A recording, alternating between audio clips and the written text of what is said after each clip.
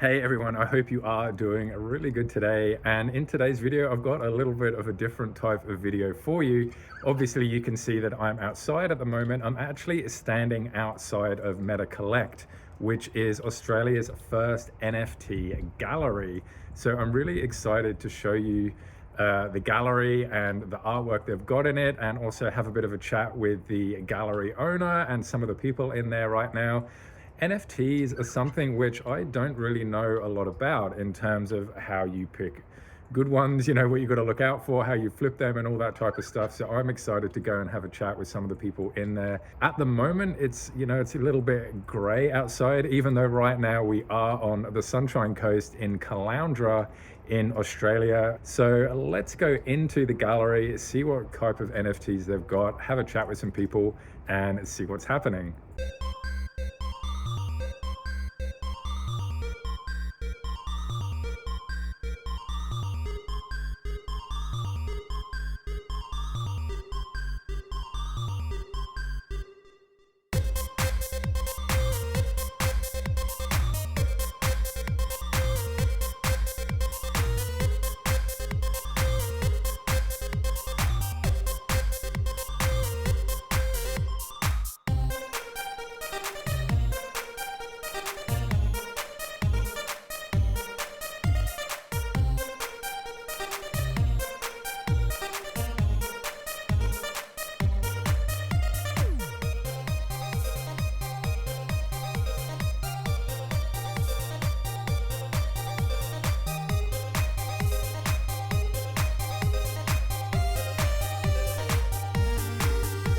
There is some really cool artwork in here. Obviously, the jewel of the collection is the Bored Ape Yacht Club, which you saw right near the entrance.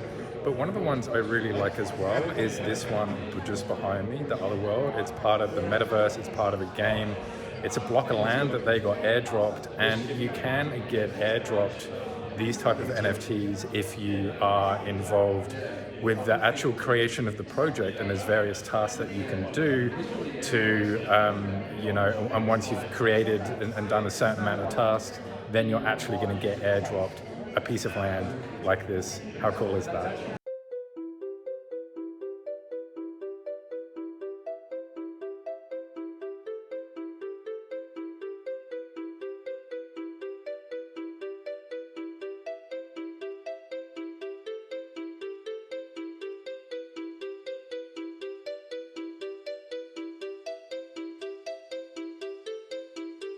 So I am here with one of the art patrons who's here at the moment, and he is called Travis. Travis, thanks so much for having a chat with me. And what you don't actually know, and what I'm really fascinated to find out as well, is that Travis is a mod in a Discord group, and it sounds like a pretty cool Discord group.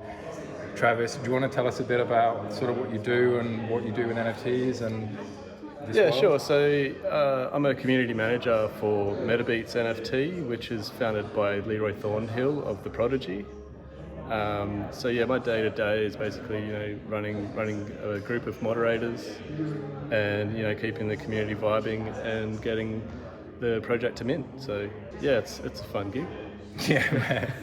When you first told me that you worked with the founder of Prodigy, I'm just like, man, are you serious? I love that band. I've seen them live. I've danced many, many a time to their sweet beats.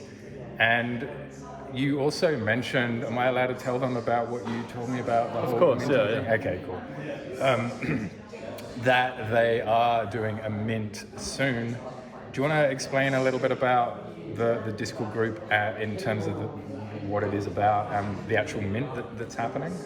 Yeah, sure. So the mint, if memory serves, is August 30. So the price is 0.3 Ethereum. And what you're buying there is an animated 3D NFT with music attached to it, which you will own the rights to once it's minted. So that permits you to do anything you'd like with the music, generate revenue any way you see fit. That's basically it. Yeah, cool. Yeah. And is this music? Is it from pre-existing Prodigy songs, or is it just some samples, or sort of how does that work? Yeah, so the music is made from a collection of 54 artists from mostly from the London underground dance music scene. So they're all been curated. They're all original beats and ambient tracks ranging from like 60 seconds to 90 seconds. And they have the animated, like a drummer or keyboard player or something like that to go with the beat as well. Yeah, awesome. Nice. And so what can people do with this? Anything they like. They could sell it to Toyota and make all the money that they could out of, getting their beat for a car ad. They can expand on the beat itself and make a song based with that beat and, monetize it any way that they would like. There's basically the freedom to do with it as you please. You could consider the beat like something that you made basically once you own it. So I mean that's one of the cool things there. And then the utility that, like, say you minted a Leroy Thornhill beat, you would then have access to all of Leroy Thornhill's back catalogue in terms of the his beats and stuff like that. Not necessarily the Prodigy stuff, but each NFT, depending on the artist, is going to have a different set of utilities. I do believe there is some logical order to the mint to ensure that all the artists get an equal share of NFTs minted. So it is pretty random, and the reveal will be instantaneous, I believe. Oh, wow. Okay, there you go. You don't even have to wait to know what you're going to get. Cool, man. Well, thanks so much for spending the time to have a bit of a chat. And if you do want to check it out, Metabeats, I'll leave a link in the description and you can go have a look. And let's go and have a look at more of the wonderful art on the walls. Cheers.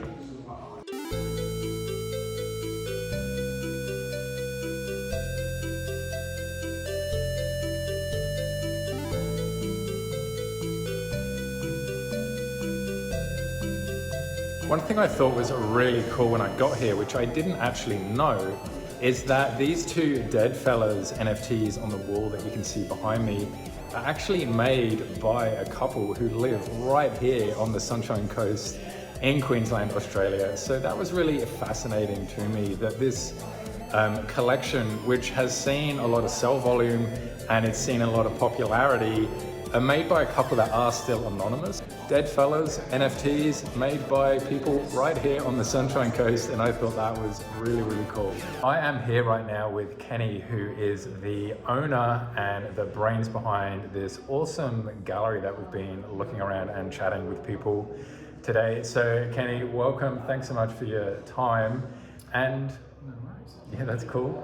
And do you want to maybe just tell the audience out there, the listeners, a little bit about the gallery, why you decided to do it, sort of the idea behind it and stuff like that? Yeah, no worries. So this is MetaCollect Gallery. It's the first NFT gallery in Australia. There's a few of these popping up. You've got a couple in London, New York, Paris. But yeah, originally the idea popped in my head, I'd say October last year. We were developing our own NFT projects, and we're like, man, imagine if you could have a gallery of these NFTs and actually show them off in real life. So that was the idea, and then we had a bit of funds from some NFT projects that we'd done quite well on, and we're like, hey, let's use some of these funds to create this. And then, yeah, I think January we found the site, signed the lease, and then it took another 2 months to actually get in here, probably another 3 months to renovate it, to actually get it to this stage. And then it's about 6 weeks ago, we officially opened. We did rush to get it open because there is a guy in Melbourne who's doing his own gallery, and we're like, shit, we want to be the first. So this is the gallery that we've created. We're going to be running educational workshops, art exhibitions, and just generally creating a community hub for Web3 in Australia. So cool, awesome. Yeah, I mean, it is so cool just to look around, and it's clear how much work you've put into it, and Yeah. you know how Things in real life are actually a lot harder than in the digital space. Sometimes you actually have to, things push back at you. Lots of tradies, we're going to finish this job on this day, and then they don't rock up, and eventually you get it done. Yeah. Yeah. Yeah, I mean, well, it is looking great, and we were talking a little bit off camera as well about some of the education stuff that you want to do with the gallery. Yeah. Do you want to sort of expand upon that a little bit? Yeah. So our first NFT project is called Finney, and we released that in April last year. And the idea, the concept behind him is he's an android that's come to Earth to learn about blockchain and crypto. And so we want to design workshops and courses around him as the teacher. And so as you progress through different levels, we'll reward you with a Finney NFT for getting through that. So we're working on that content at the moment. It is a lot of work. So hopefully in the next couple of months, we can start running them here and teach people what is Web3, what is an NFT, how to mint an NFT, the whole lot. Yeah. Yeah, awesome. And for those of you watching, you can see in the background, just over Kenny's shoulder, you can see Finney. And you mentioned just before as well about you're going to be teaching people how to do, what is an NFT, and what is blockchain, and how do you mint one, and all that type of stuff. And you have actually been minting your own NFTs, is that right? Yeah. So or creating your own, I mean. Yeah. So I mean, the first project we did was Finney in last year. It was the first generative NFT on EOS and Wax blockchains. And then since then we've done a few more, but we're also building our own NFT marketplace called Underground, and that's going to be part of the educational process. As we teach you about NFTs, you'll then be able to jump on a computer, mint an NFT through our marketplace, and then you'll be able to display it on the frames in the gallery in one nice smooth process. It will probably take a while to get there, but that's the goal, to be able to run them straight through that process. Yeah, cool. So you can actually mint and create an NFT and get it here in the gallery. Yeah, that's what we're going to do. Yeah. Cool. Yeah. Awesome. And so, have you got your eyes on any particular NFT at the moment? Not really. I'm not much of a trader and flipper of NFTs myself. But there's been a few. I mean, it's surprising in the bear market that there is still huge opportunities to make money in this market and to find quality projects. In a way, sometimes it can be a bit easier because there's not so much noise and rubbish projects around. But yeah, I know a few people from our community who have they got into a free mint of it's rare pepes. So a guy minted 60 of them for free, and now that's worth $100,000 US. So he essentially just created 100K out of nowhere there. I recommend that he might offload half of them to take the profits. But yeah, it's pretty incredible that there are opportunities like that still in the middle of a bear market. So it's exciting to see. Yeah, cool. And I'm really interested by that too. You mentioned about the bear market, and there still are opportunities. Like for those people who are watching, what could they look at to know if it's an opportunity? Are there any things do you have any prerequisites that you sort of? Yeah, well, that could be a whole workshop in itself, is like what to look out for. I mean, look at the community, look at their Twitter, look at the engagements. Are the founders doxed? Who's the artist? Is the artwork good? What's the plans for the future? What's the roadmap? There's like a whole lot of stuff there to kind of evaluate. And then sometimes even when you evaluate all that and it ticks all the boxes, it goes to zero. So no, you're definitely not guaranteed to make money, but yeah, it takes a lot of research. And that's why I say I don't have the time to do it myself because I'm building things myself. But if you can dedicate the time and learn, how to evaluate those things, there's definitely money to be made. And I wouldn't. There's a few people I know who are really good at doing it. I wouldn't mind getting them in here to do like kind of the advanced workshop of not financial advice, but this is what you can kind of focus on if you're looking for those opportunities. This is what you can learn.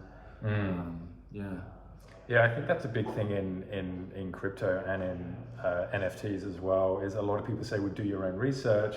Yeah. And some of the time it's like, well, Where do you start? Yeah, well, what do I do? What do I research? Yeah. So you brought up some good points then about the artist, the community, you know, and all those other things. So I guess that would be a good place. And would you say as well, in the end, you've just got to sort of take it away from the textbook and the theory, and eventually you've just got to dive in and just sort of see what happens? Yeah, I think to start off with, just, you know, set a budget, a minimal budget, and just like actually just buy a couple, just to get the feel of like what it's like, and then engage with the community and experiences. You're going to get experience from that, and you're going to learn a lot. You kind of almost need to come through a bit of a cycle as well. Like if you really want to be good at trading, you need to be through a couple of bear and bull markets, I think, because I learned a lot through this one, because this was my first bull market. I got into crypto on the end of the last bear, the start of the last bear. So yeah, definitely, it's just going to take time, but yeah, the sooner you start, jump in, buy a couple. Don't spend too much money on your first ones.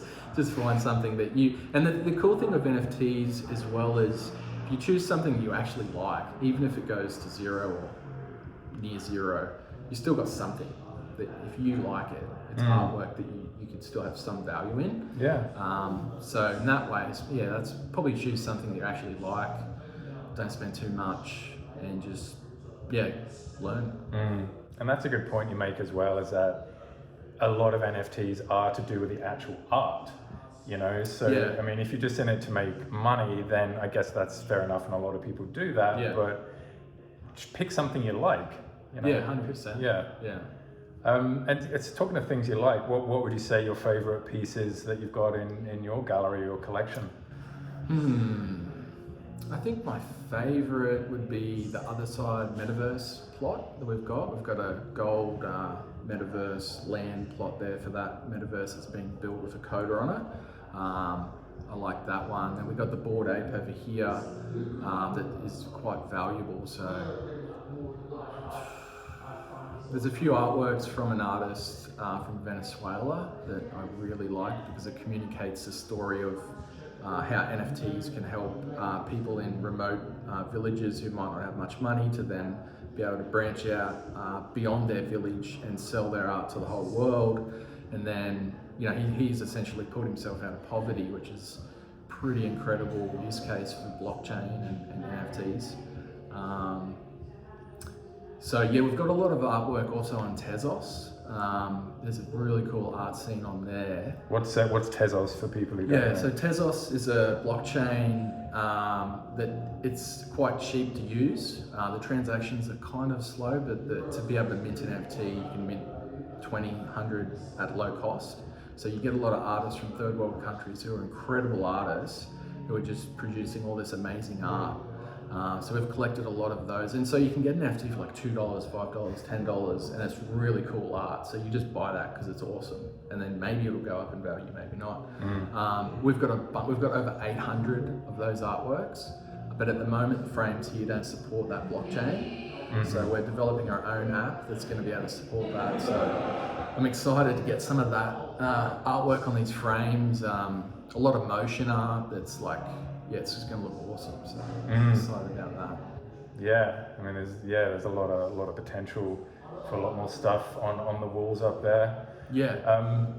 Yeah, and I guess as well, like, just sort of one final word, where do you see the vision of this gallery, MetaCollect, you know, whether it's here or sort of anywhere in the world? What's your sort of vision of where you'd like to see it in the future?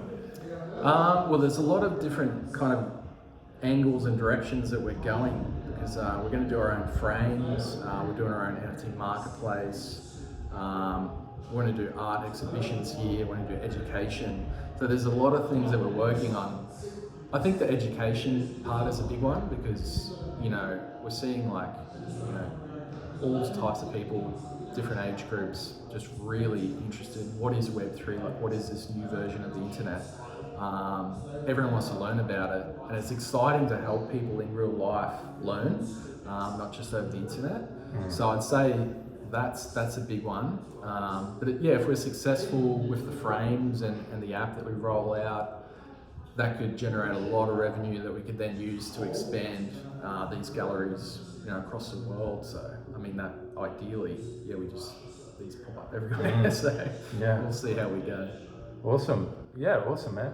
Awesome vision, awesome work, and thanks so much for hosting and showing everyone your artwork and having a bit of a chat with me and everyone back there. So yeah, awesome guys. All right, Kenny, thanks so much for your time. Showing us around. Thank you. Thanks for having me.